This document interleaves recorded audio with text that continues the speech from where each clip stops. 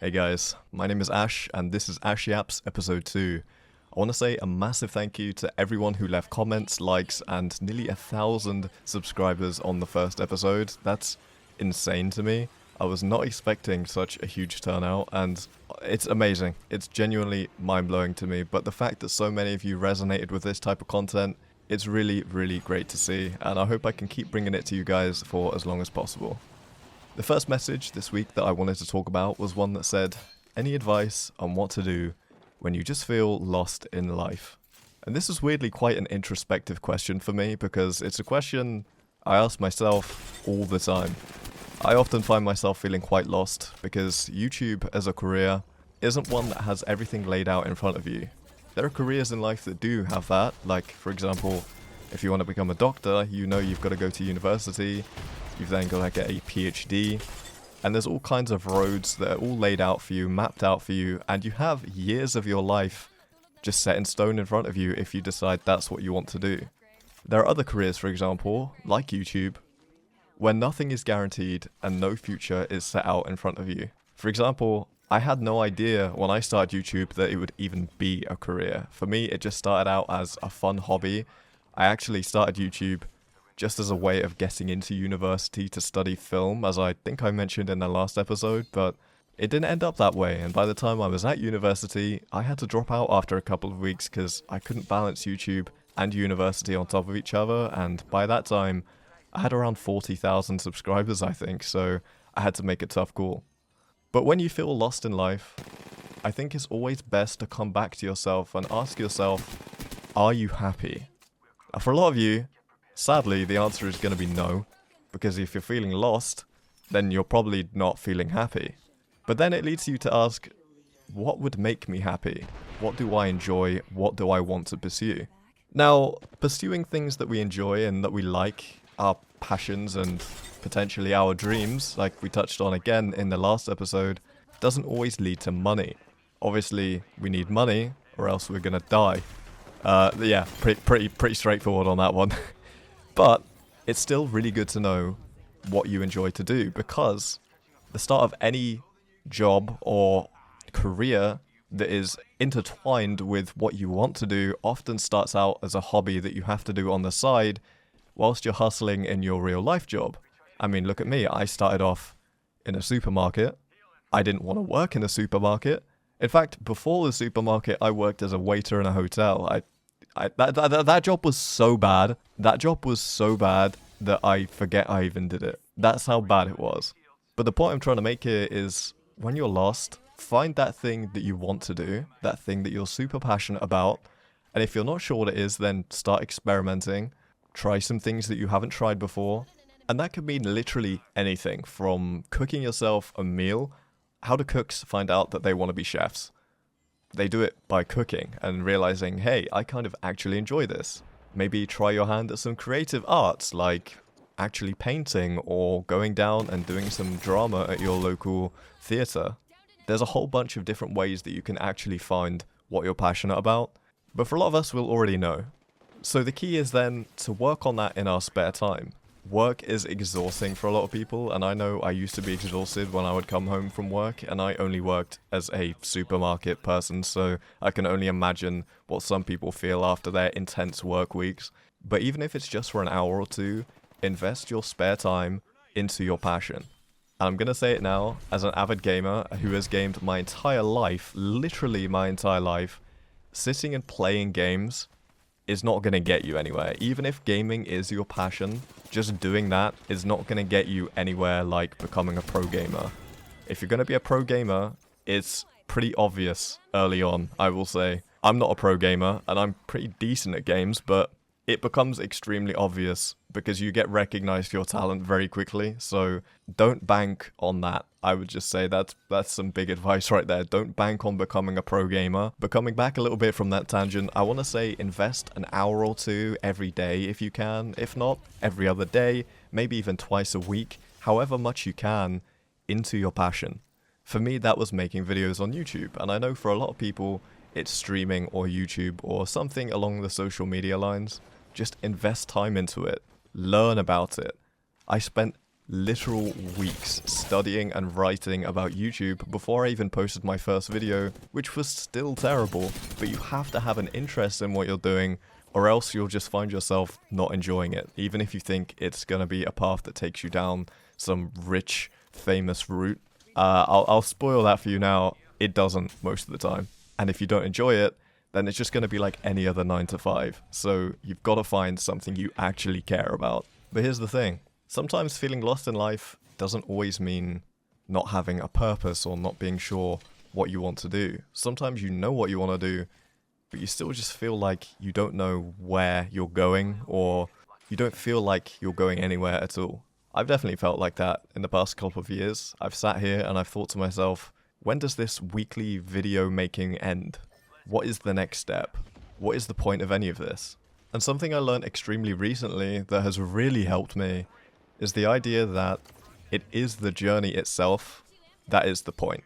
It is this immeasurable, constant struggle that we face every day of overcoming the hurdles that is the point. The same way that when you're listening to music, the point isn't to reach the end of the song. Or when people are dancing, the point isn't to reach the end of the dance. The point is the journey itself of the music and the journey of the dancing.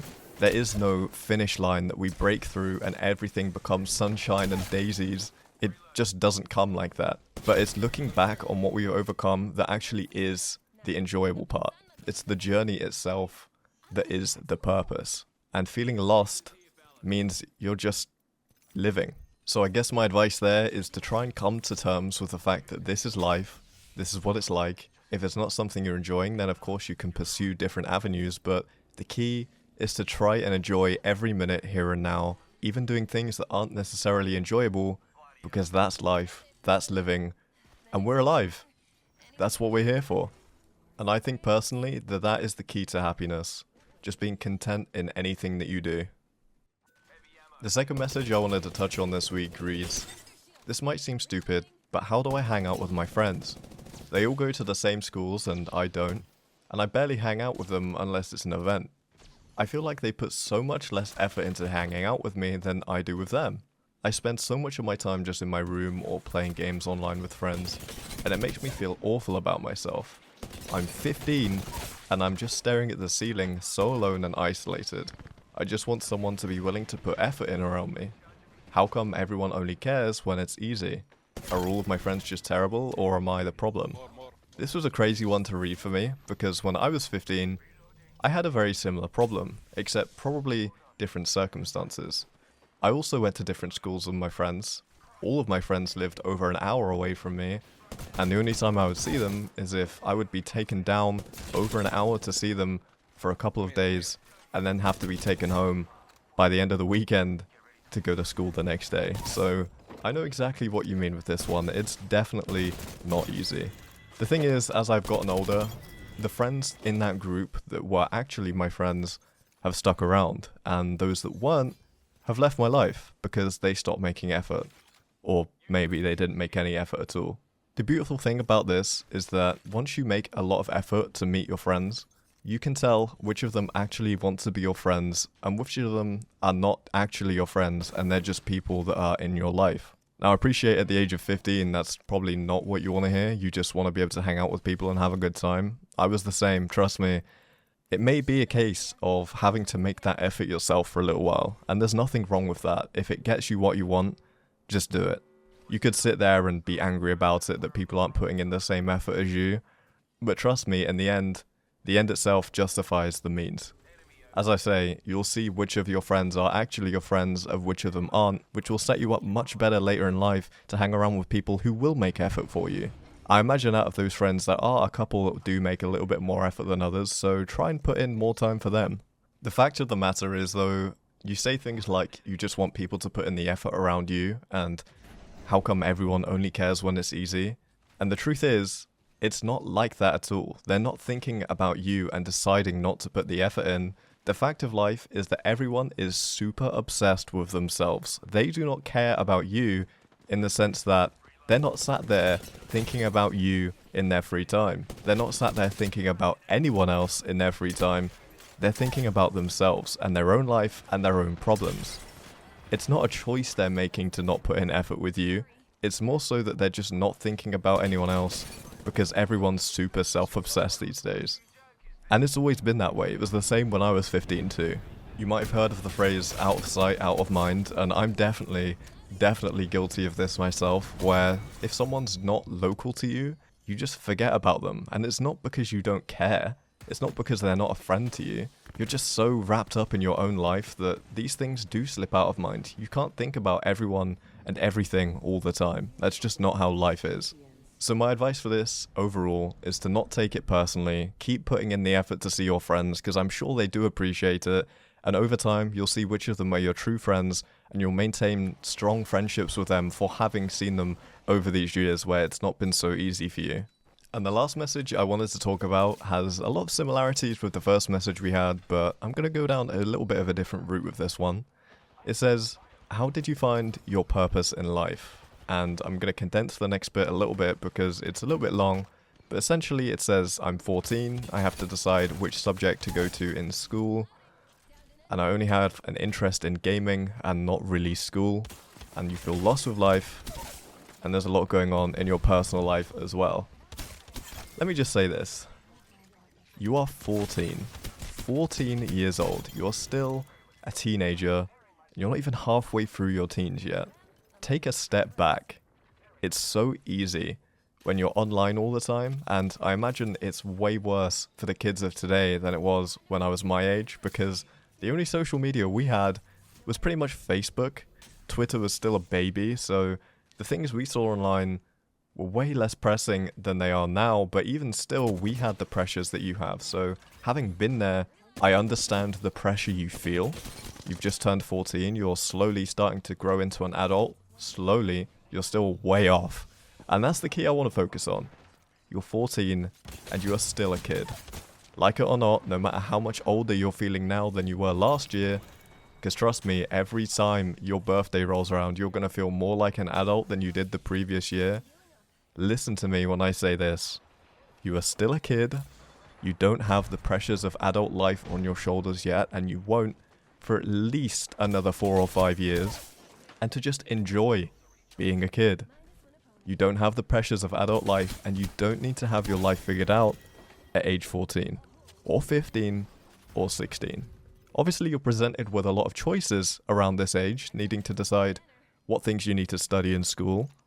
But trust me when I say these things don't have as much of a strong bearing on your life as you feel. You probably think it's the make or break moment of your entire life because this is the first big decision you've ever been presented with. As someone who's been through that and all of the other big decisions that you're given in life, this is not going to be the make or break moment of your life. You do not need to have everything figured out, and just take a step back, enjoy being a kid, and enjoy the lack of responsibility you have at your age. You're allowed to mess up. You're allowed to make mistakes. Not everything has to be perfect at this age, and you don't have to have your future lined up for you on a silver platter. It's not going to happen, and the more you try, the more it's just going to stress you out. Spend this time to enjoy things like gaming, hanging out with friends. These things are things that you can't enjoy as much when you're an adult because the pressures of life at that point become a little bit different. You can still enjoy them, but just in a different way. The lack of responsibility you have as a kid is not something you can replicate in 10 years' time. So just enjoy yourself whilst you have so much less responsibility. That doesn't mean go around vandalizing and stuff though, like be a good kid, but just be a kid. There's nothing wrong with being a kid, and you're gonna wish you could go back to being a kid when you're not a kid. And with that being said, I think that covers just about everything I wanted to talk about in this episode. Make sure to leave your messages in the comments section or DM me on Twitter if you want to be a little bit more private about what you talk about. That's completely fine. And I'll try and cover as many of them as possible over the next couple of weeks. But until then, appreciate all of you. Take care.